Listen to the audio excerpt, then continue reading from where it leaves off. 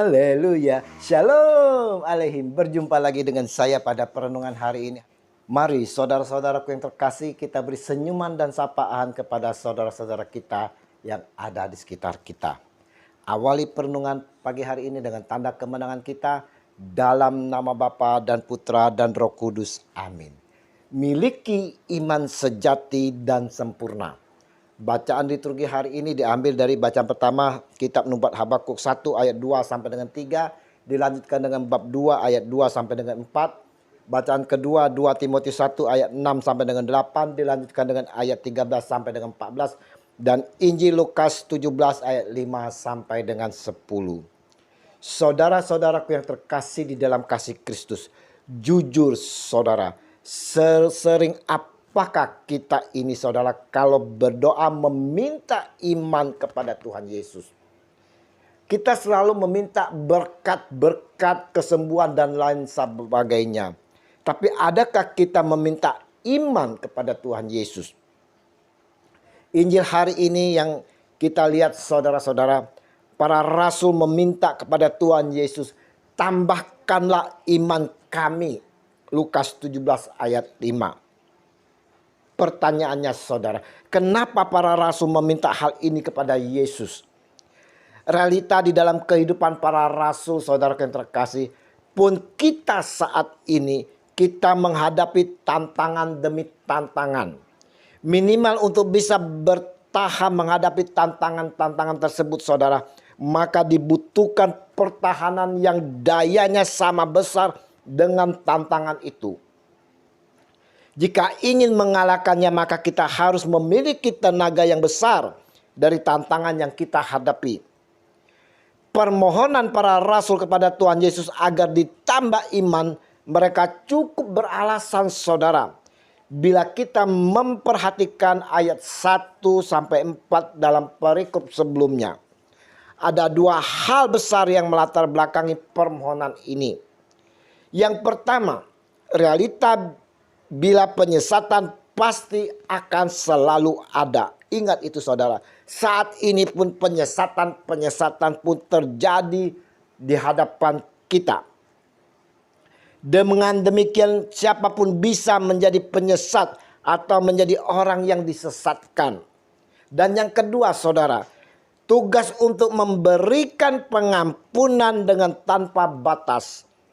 Menjalani hidup dengan kenyataan akan selalu terjadi penyesatan dan juga mengembankan mandat untuk tidak jemu mengampuni saudara. Bagi para rasul bukan perkara mudah. Ini dibutuhkan modal iman yang lebih. Dapat dijelaskan di sini saudaraku yang terkasih, jika kita tidak memiliki uang tabungan di bank saudara, maka kita tidak akan dapat mengharap adanya peningkatan jumlah tabungan tersebut. Demikianlah dengan iman saudara-saudaraku yang terkasih. Jika kita tidak memiliki iman, bagaimana kita dapat meminta menambahkan iman itu sendiri di dalam diri kita? Jadi saudara-saudaraku yang terkasih, kita harus memiliki iman terlebih dahulu. Iman kepercayaan akan Tuhan Yesus yang berkuasa, yang mampu melakukan mukjizat-mukjizatnya. Kita baru bisa meminta tambahan iman saudara-saudara kalau kita sendiri sudah memiliki iman. Harus ada tanaman yang dapat bertumbuh terlebih dahulu sebelum kita bisa melihat adanya pertumbuhan. Apakah saat ini kita memiliki iman saudara?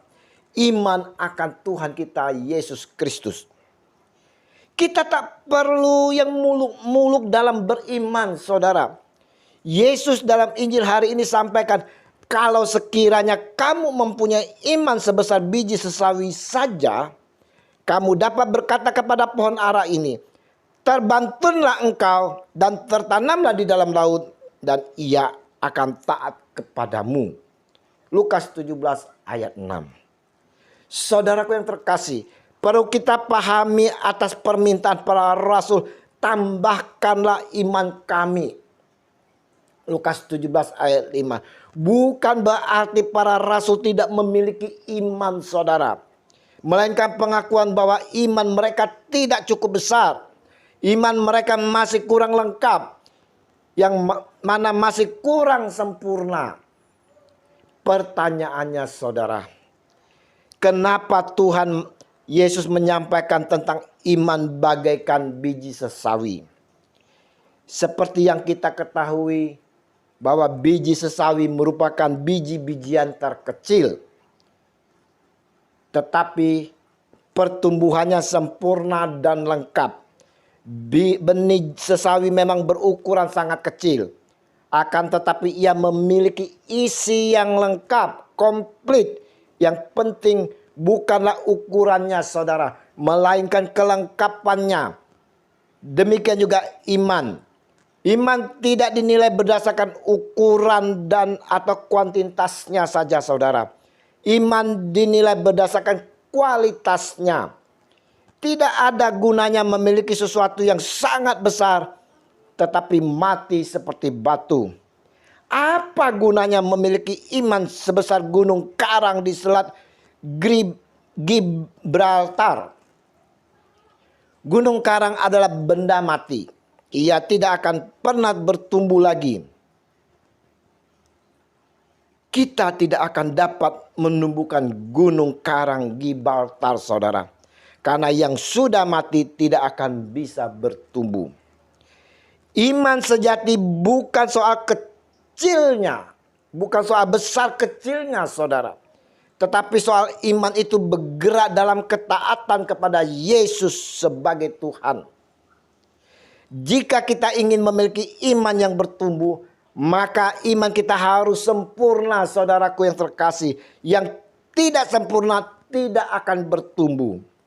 Ada sesuatu yang hilang dari iman kita. Sesuatu yang membuat iman kita sama dengan benda mati. Karena ia tidak bisa bertumbuh. Kita tidak memiliki jenis iman yang dapat bertumbuh karena tidak dilengkapi dengan kehidupan yang fungsional dari Allah. Jadi, bagaimana ciri-ciri memiliki iman yang sempurna?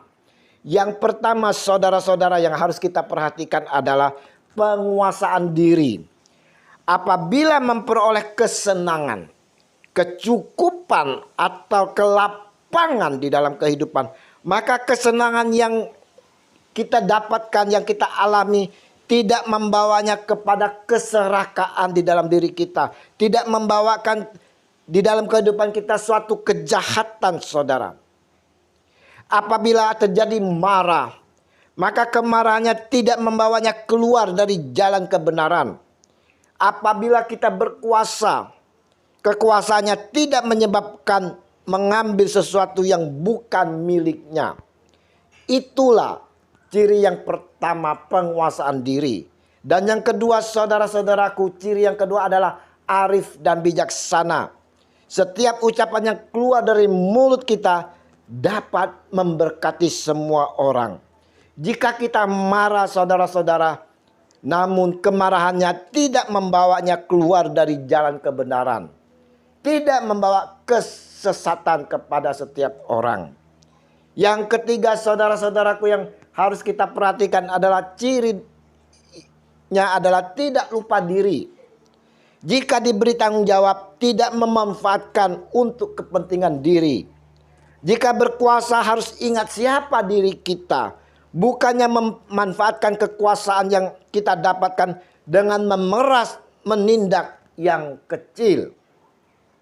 Saudaraku yang terkasih, perenungan minggu hari ini, saudara-saudara, ingin menyampaikan kepada kita semua harus memiliki iman yang sempurna. Bukan besarnya, saudara. Tapi bagaimana iman itu dapat berdampak dalam diri kita, juga berdampak pada orang lain. Dan lebih ditekankan tentang memiliki iman ini, bagaimana kita sekarang ini bisa menghadapi penyesatan dan juga melakukan pengampunan. Jawabannya bisa kita baca di ayat 7-10, saudara. Tidak dibutuhkan ukuran iman yang besar untuk menghadapi dan mengampuni para penyesat. melainkan dibutuhkan hati seorang hamba, hati dan hidup yang berkata, kami hanya melakukan apa yang harus kami lakukan. Pengampunan bukan tentang besar kecilnya iman kita, saudara, tetapi apakah kita mau melakukannya atau tidak. Maukah kita melakukan pengampunan itu? Itulah yang harus kita pahami, saudara. Mari saudara-saudaraku yang terkasih, kita mau memiliki iman sejati dengan ciri-ciri di dalam diri kita. Penguasaan diri, arif dan bijaksana, serta tidak lupa diri. Dan juga tak ketinggalan tentunya, tak terlepas dari kerendahan hati, bagaikan seorang hamba dan pemurah mengampuni. Kemuliaan kepada Bapa dan Putra dan Roh Kudus, seperti pada permulaan, sekarang, selalu, dan sepanjang segala abad. Amin. Dalam nama Bapa dan Putra dan Roh Kudus. Amin. Selamat berhari Minggu. Mari kita persiapkan hati kita bersama keluarga kita untuk menyambut Tuhan kita Yesus Kristus di dalam perjamuan Ekaristi. Dan terimalah perutusan karena kita diutus. Shalom Aleihim.